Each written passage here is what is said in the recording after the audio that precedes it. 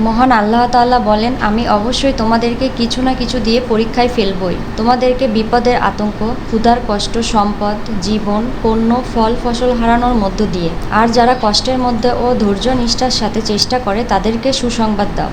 সূরা বাকারা আয়াত ১৫৫। যে ব্যক্তি একজন মুসলমানের দোষ গোপন করবে, আল্লাহ দুনিয়া ও আখিরাতে তার দোষ গোপন করবেন। হযরত মুহাম্মদ সাল্লাল্লাহু আলাইহি ওয়াসাল্লাম।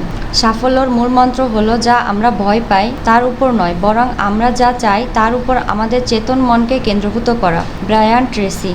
কথাবার্তায় ক্রোধের পরিমাণ খাবারের লবণের মতো হওয়া উচিত। পরিমিত হলে রুচিকর, অপরিমিত হলে ক্ষতিকর। প্লেটো।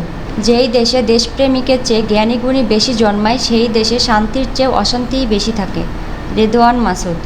আমি আল্লাহকে সবচেয়ে বেশি ভয় পাই, তারপর সেই মানুষকে ভয় পাই যে আল্লাহকে মোটেই ভয় পায় না। শেখ সাদী। সুশিক্ষার লক্ষণ হলো তা মানুষকে অভিভূত না করে, তাহা মানুষকে মুক্তিদান করে। রবীন্দ্রনাথ ঠাকুর। কোনো কালে একা হয়নি কো জয়ী, পুরুষের তরবারি প্রেরণা দিয়েছে, শক্তি দিয়েছে বিজয়ালক্ষ্মী নারী। কাজী নজরুল ইসলাম। জীবনের সবথেকে বড় অর্জনের নাম হলো সম্মান, কারণ অন্য সব বড় বড় অর্জনের মাধ্যমেই এটি অর্জিত হয়। William David. প্রত্যেককে বিশ্বাস করা বিপজ্জনক, কিন্তু কাউকে বিশ্বাস না করা আরও বেশি বিপজ্জনক। Abraham Lincoln.